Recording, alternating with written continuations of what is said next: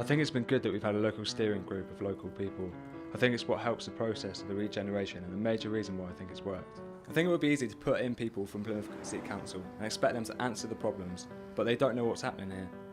They've not experienced it, and I think all the changes that have come around have been good, positive ones, because the people from the community have actually voiced their opinions to the local people. It's been hard for the families that, been here for generations and have been frustrated by some of the changes, but are also really actually embracing, aspects of the regeneration. If you're losing your home, it must be difficult. There is warmth around the core of the population, even though it's actually quite hard to be somebody living and growing up in Devonport, because despite everything, you're still starting out, probably, at a disadvantage. I find it really uplifting at times to witness the sense of inspiration, while I think the people in Devonport that wanted change have grabbed it with both hands. I guess going back some years, there was a sense that something had been taken away, The decline of the dockyard and the Navy's presence and all the rest of it. A sense of abandonment. I would imagine that if DRCP weren't involved at the outset though, all the discussions with the MOD, we could have found that those sites were simply sold off. I feel proud of what we've achieved. That sense of improvement, hope and enthusiasm about the future. I mean, it's obviously been the big things, but lots of little schemes, which alone are relatively insignificant, but when they're taken together, what they add up to is a feeling of being positive. I mean, I'm quite proud to say I'm from the Devonport area. Some people question why I'm buying a house here.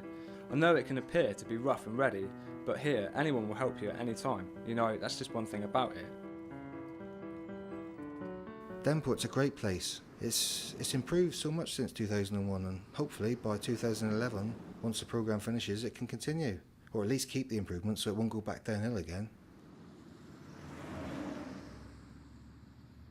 I think the one overriding thing you get from Devonport people is their willingness to work together and get together and lobby or drive forward something.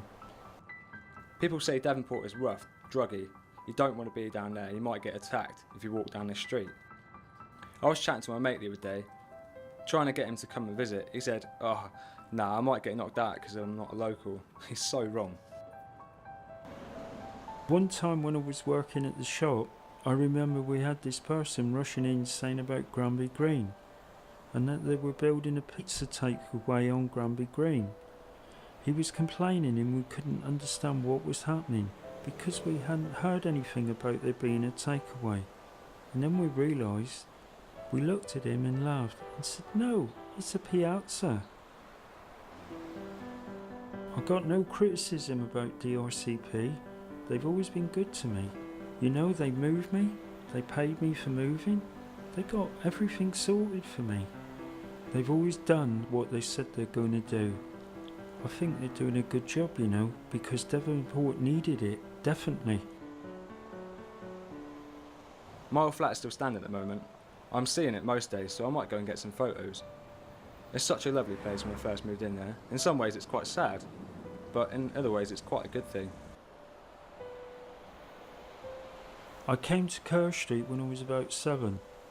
I had to live with my grandmother because my mother was in hospital from about when I was 7 to 13, so I'd say that was a lot of my growing up years.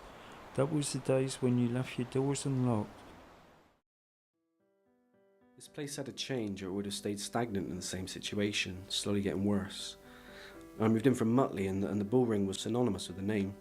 The people living in the bullring are quite ruthless, and hard. I was from Efford and it was strange moving to Devonport because obviously I've heard all the reputation, reports and everything, what people have got to say about the area.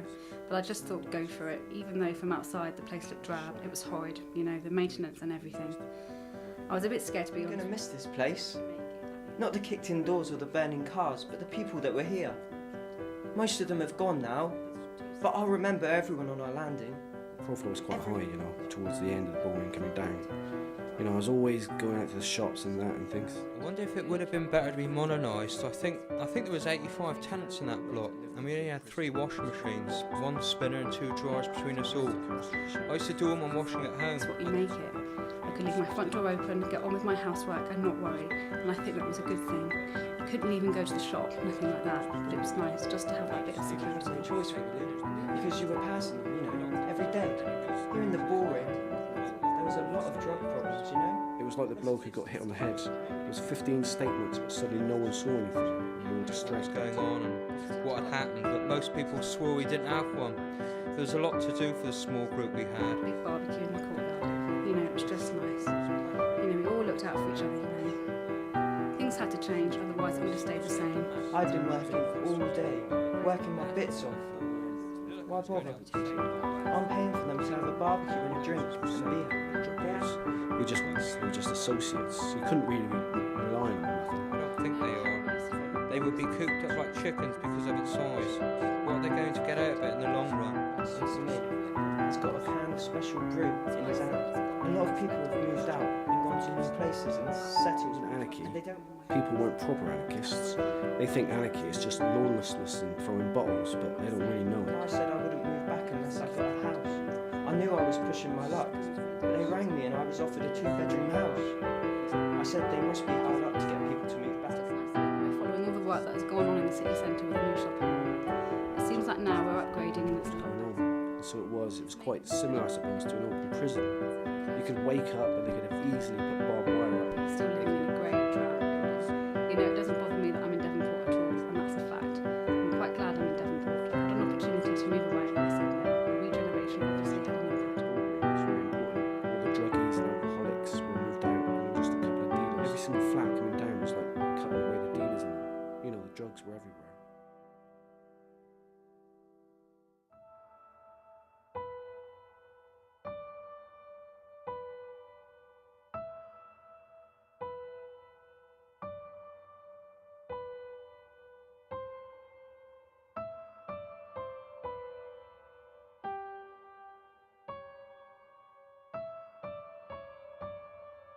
It's actually given me a new lease of life, I guess.